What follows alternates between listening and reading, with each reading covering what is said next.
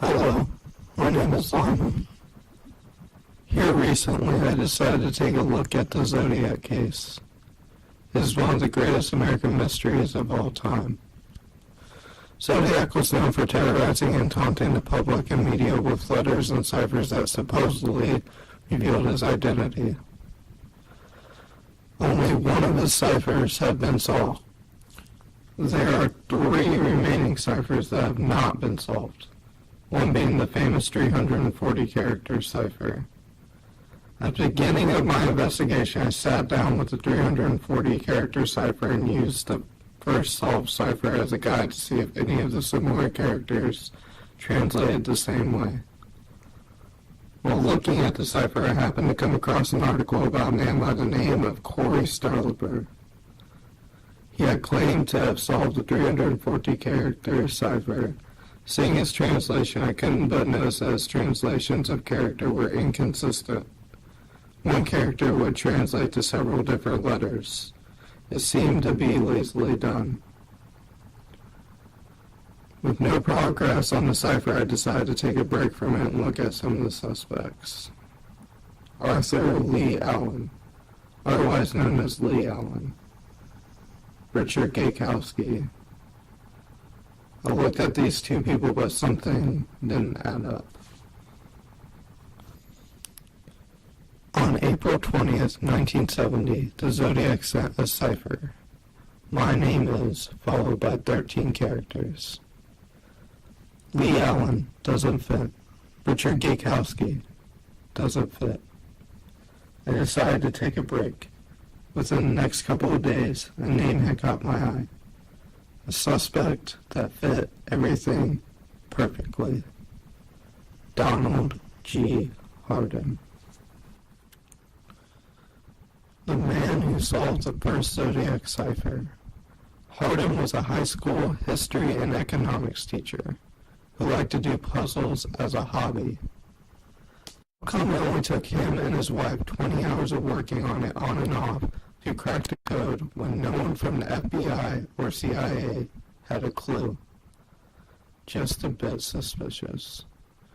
If Hardin cracked the first cipher in a mere 20 hours, why couldn't he solve the 340-character cipher? Perhaps maybe he knew the first cipher was quite difficult, so he gave the media and police a boost. On August 4th, 1969, within a letter the Zodiac wrote, he asked if the police had solved the code yet. And just 4 days later, the Hardins happened to crack the code. I'd like to look at the idea of handwriting as evidence for a second. I'd like to point out that handwriting is not evidence. As you can see, anyone can cover up their handwriting, or change it perhaps. However, there are many similarities between Hardin's handwriting and handwriting seen in the letters of the Zodiac.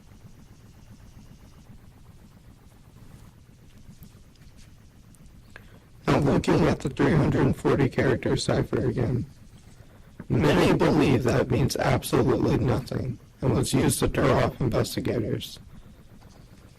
My question then would be why? Why would the Zodiac, who obviously strived to be the center of media's attention, need to get people to focus on something other than himself? There are too many signs indicating that the 340-character cipher is a message. You can see patterns which indicate words were used multiple times. And the 97th character was corrected and turned into a backwards K. This was a fake code and used to throw off investigators, and why would the Zodiac need to take the time to correct one single character? Now, I would like to say no, I have not cracked the code, but if there is anyone out there who is watching this who would like to attempt to crack the code, please do not get discouraged. It is difficult and it will take time. It would be quite interesting to see someone actually crack the code, but it will obviously take patience. Now taking a look at the My Name Is cipher again, interestingly enough, Donald G. Hardin fits perfect. On October 13th, 1969, within a letter that the Zodiac had written, he He says something of taking out a front tire of a bus and shooting the kiddies as they come bouncing off. What would inspire the Zodiac to say such a thing? The answer? Irritation. Perhaps Hardin, being a teacher, was irritated with dealing with kids, so writing something like that in the Zodiac letter was his way of venting. Something else that's interesting. February 14th, 1974, during incidents involving the Symbionese Liberation Army, the San Francisco Chronicle received a letter from a friend, aka the Zodiac, that said the initials of Symbionese Liberation Army, spelled the S-L-A, slay, which was an Old Norse word for kill. This shows that the Zodiac knew a thing or two about history or ancient civilizations. Hardin was a history teacher. It's pretty obvious who the Zodiac is.